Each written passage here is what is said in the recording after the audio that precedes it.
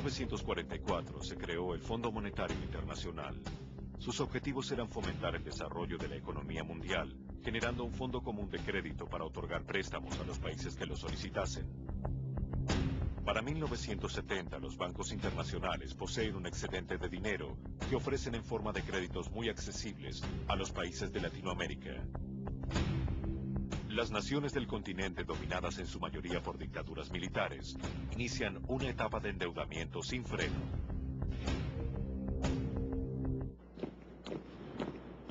Sin duda alguna, las dictaduras latinoamericanas fueron impuestas por Estados Unidos, todas. En el caso de Argentina y Chile tenemos una documentación abundante. Hay suficientes pruebas como para encarcelar a Henry Kissinger y al presidente Ford como los principales instigadores del golpe de Estado de la Argentina, y a Henry Kissinger como el principal instigador y coautor del golpe militar contra Allende en Chile.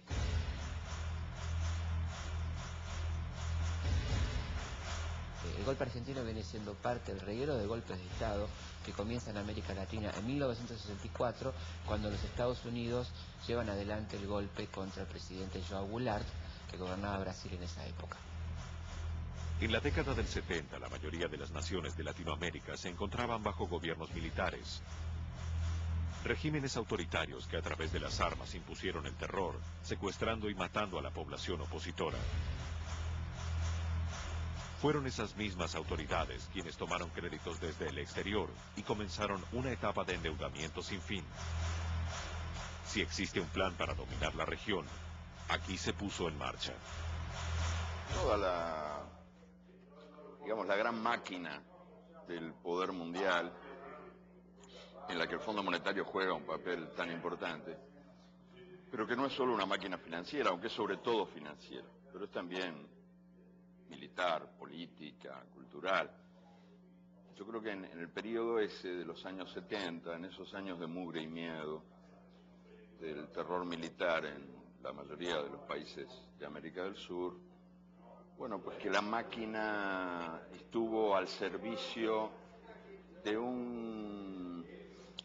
algo así como un plan, que yo no sé si habrá sido escrito por alguien, pero que en la práctica se fue dando de un modo tan coherente que uno se pregunta si esto no fue planificado, que consistía en abrir el camino por la vía del terror militar, abrir el camino para que el despotismo financiero pudiera luego actuar impunemente. O sea, los secuestradores de personas despejaron el camino a los secuestradores de países. Los bancos prefieren decir, no tenemos responsabilidad en este asunto, ¿no? Era un puro negocio. A nosotros no nos interesa si es un dictador o un demócrata. A pesar de que la deuda crecía, junto con los índices de pobreza, violencia y desigualdad social, sectores financieros, locales y extranjeros, con la complicidad de los funcionarios de turno, continuaron fomentando los préstamos que favorecían sus propios intereses. Sin embargo, el Fondo Monetario Internacional no alertó a prestamistas y deudores de las nefastas consecuencias que este comportamiento podría provocar. Cuando un país incurre en excesivo endeudamiento, el fondo tiene que poner la luz roja y decir al país, al ministro de Hacienda, usted está endeudándose excesivamente. Y tiene que decir a los banqueros, cuidado que este país ya se sobreendeudó, se pasó. Eso por norma, por estatuto propio, pero lo hace. La primera respuesta, así como más evidente, es que el fondo realmente tiene una relación más estrecha, básicamente, con los bancos internacionales, con los mercados de capitales, y tiene sus lealtades fundamentales ahí. En 1980, en Estados Unidos, asume como presidente el actor Ronald Reagan. En esa época, la potencia atravesaba una profunda recesión económica, y una de las medidas para combatirla fue el aumento de la tasa de interés, lo que repercutió negativamente en los créditos tomados por Latinoamérica.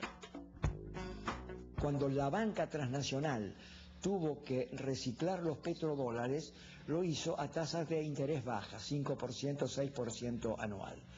Y ahí lo tomaron muchísimos países, pero lo tomaron a tasa variable, de modo tal que esto fue hacia el 76-77, y en el 79-80 subieron a 15, 16 y hasta 20% la tasa de interés. Lo cual es una locura. ¿Quién toma un préstamo sin saber cuánto va a pagar? Entonces, esos préstamos de los años 70 eran una bomba de tiempo. Cuando el llamado mercado definiera una alza de esos intereses, simplemente explotaría la balanza de pagos, la capacidad de pago de esos países. Fue lo que pasó en la virada de los años 70 a los años 80. La altísima tasa de interés internacional dispara las deudas latinoamericanas. México, Brasil y la Argentina son los países más comprometidos. En agosto de 1982, México debe realizar un pago por su deuda que supera los fondos disponibles en la reserva. El país anuncia que no puede cumplir con sus obligaciones. Estalla la crisis de la deuda.